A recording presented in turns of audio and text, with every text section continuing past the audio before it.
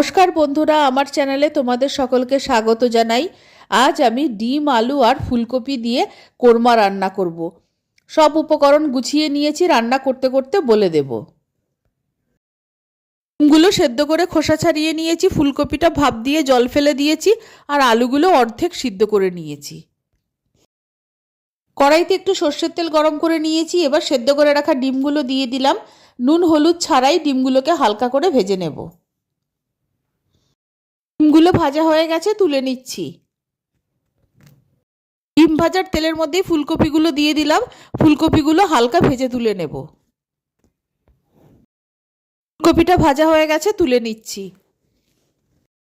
তৈরি করে নিচ্ছি। 2 চামচ পোস্ত নিয়েছি, 10-12টা কাজু বাদাম নিয়েছি, আর 1 মুঠি চিনে বাদাম নিয়েছি। পোস্ত আর বাদাম অল্প জল দিয়ে পেস্ট করে নিচ্ছি।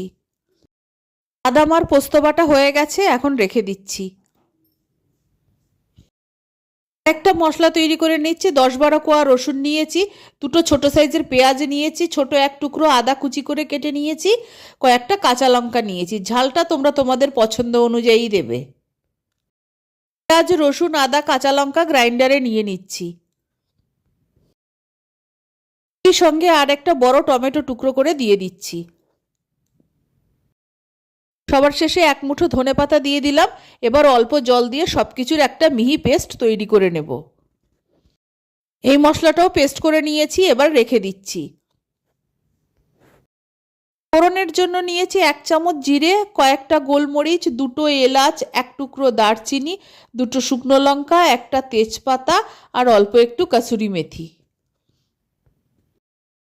কড়াইতে অল্প একটু সর্ষের তেল গরম করে নিয়েছি, এবার ওই তেলের মধ্যে প্লেটের ফোড়নগুলো দিয়ে দিলাম।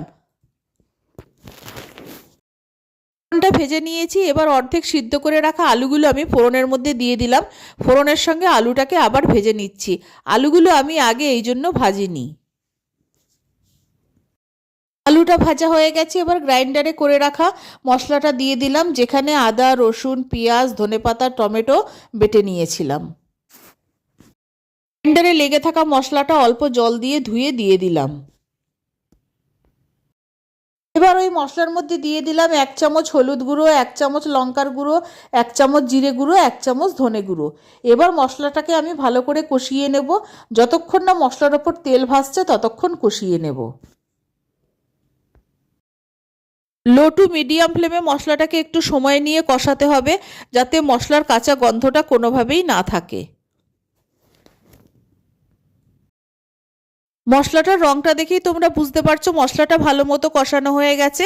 এবার বেটে রাখা বাদাম আর পোস্তটা দিয়ে দিলাম।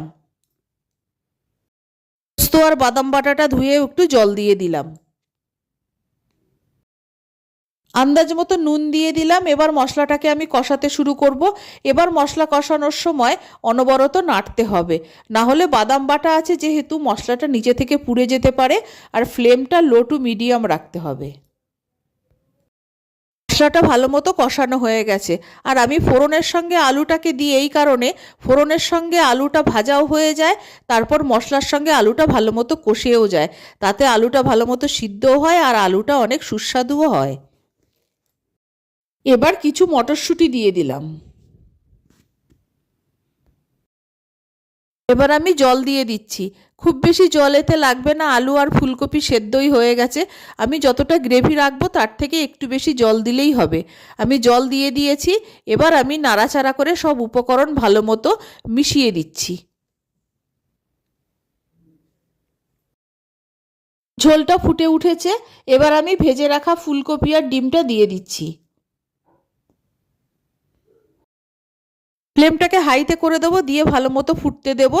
আর মাঝে মধ্যেই একটু খুন্তি দিয়ে নেড়ে দিতে হবে, না হলে বাদাম বাটার জন্য অনেক সময় নিচ থেকে পুড়ে যেতে পারে।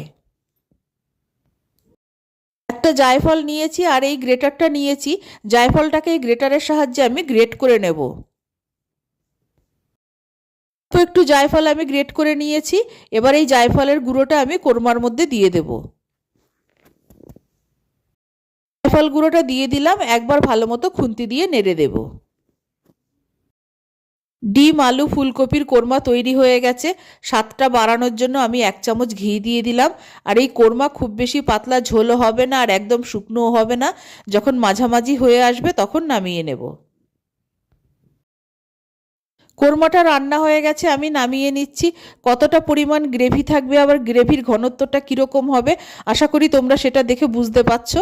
ঠিক এই রকম অবস্থায় এলে নামিয়ে নিতে হবে। ডিম আলু ফুলকপির কোরমা তৈরি হয়ে গেছে, আমি নামিয়ে নিয়েছি। এটা ভাত রুটি পরোটা সব কিছুর সঙ্গেই খাওয়া যাবে। আমার এই রেসিপি ভালো লাগলে অবশ্যই আমার চ্যানেলকে সাবস্ক্রাইব করো, লাইক করো, শেয়ার করো, আমার পাশে থেকো। আর আমার নতুন পুরনো সকল বন্ধুদের আন্তরিক ধন্যবাদ ভালোবাসা জানিয়ে আমি আমার ভিডিও শেষ করছি।